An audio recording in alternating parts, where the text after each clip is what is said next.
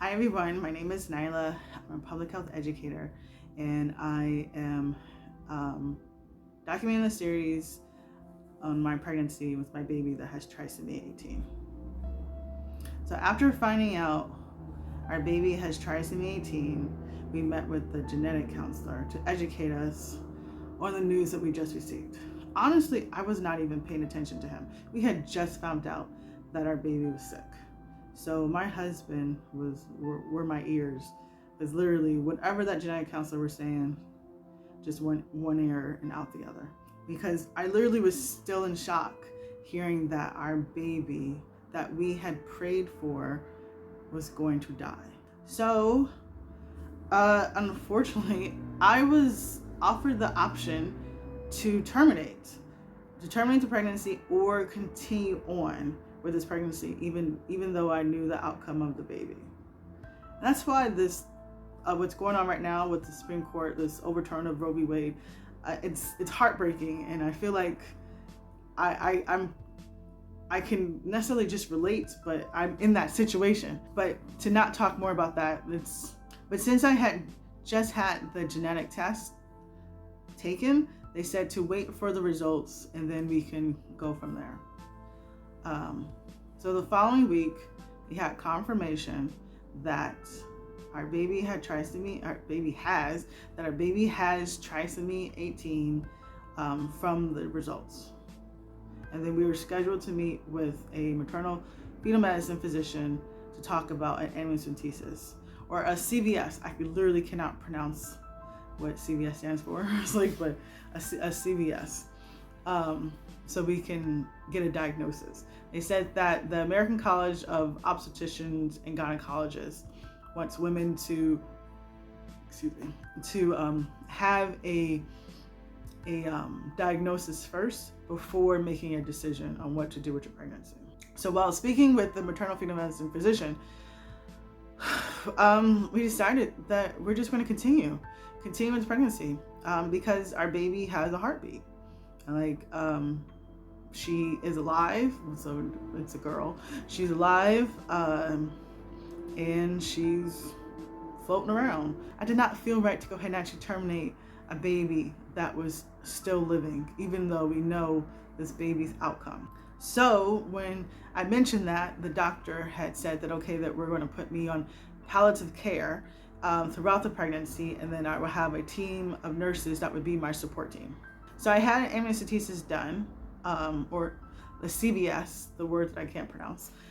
It was a 16 gauge needle that went through my abdomen to my uterus to get tissue from the baby with no anesthesia. Surprisingly, it was actually not painful. It was about 90 seconds of being uncomfortable. But I had literally zoned out and was praying throughout the whole thing. So I barely felt that uncomfortability because I was in a different world. And the people who were in the room with me was my husband, of course, the ultrasound tech, the nurse, and the doctor who was doing the procedure. So I just had some bearable abdominal cramping, but it wasn't really anything major. The results came back and it was official. Our baby was diagnosed with trisomy 18. The genetic counselor shared the news with us and told me that I have a 1 in 22 chance of this happening again in future pregnancies. And if you do the math, that's 4%. A 4% chance of my husband and I having another baby with a chromosome abnormality. But if I were to flip it, it would be a 96% chance of us having a healthy baby. But since I'm not a gambling person, I don't like those odds at all. I don't like 4% at all. I want 0%. 2 weeks later, we see another maternal fetal medicine physician.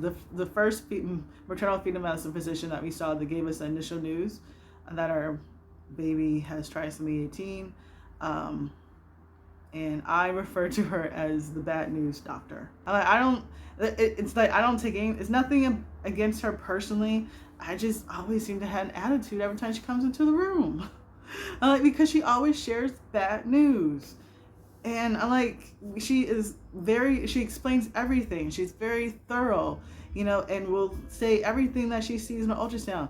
But I don't want to hear everything that she sees in an ultrasound. Sometimes I just want to feel like we have a healthy baby. I just want that moment of be like, oh, everything's fine. But no, she wants to bring us back into reality. It's like,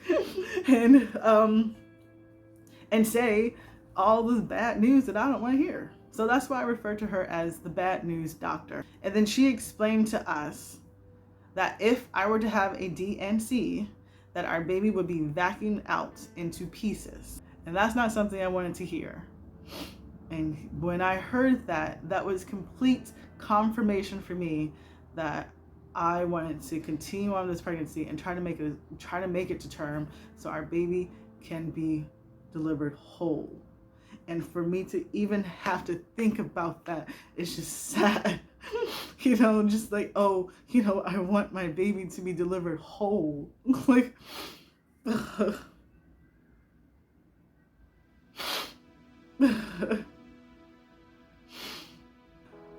so once deciding to continue on, we had a 16th week OB appointment.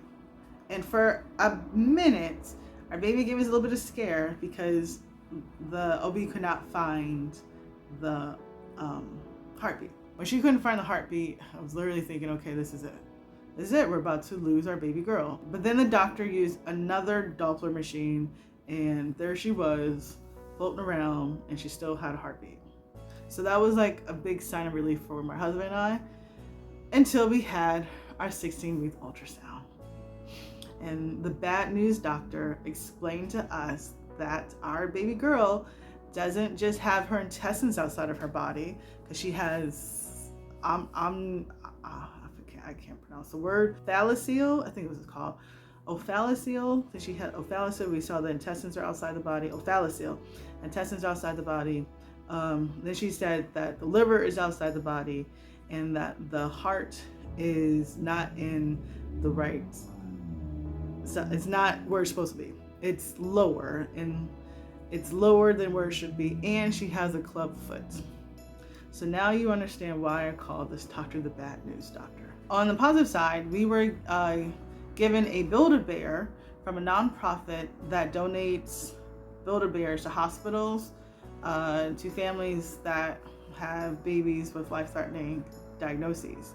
So the bear allows you to record your baby's heartbeat and put the recording inside the bear, and then you can listen to the heartbeat anytime you want. So since given the bear, my husband and I, we randomly listen to the baby's heartbeat any given day. There's her heartbeat.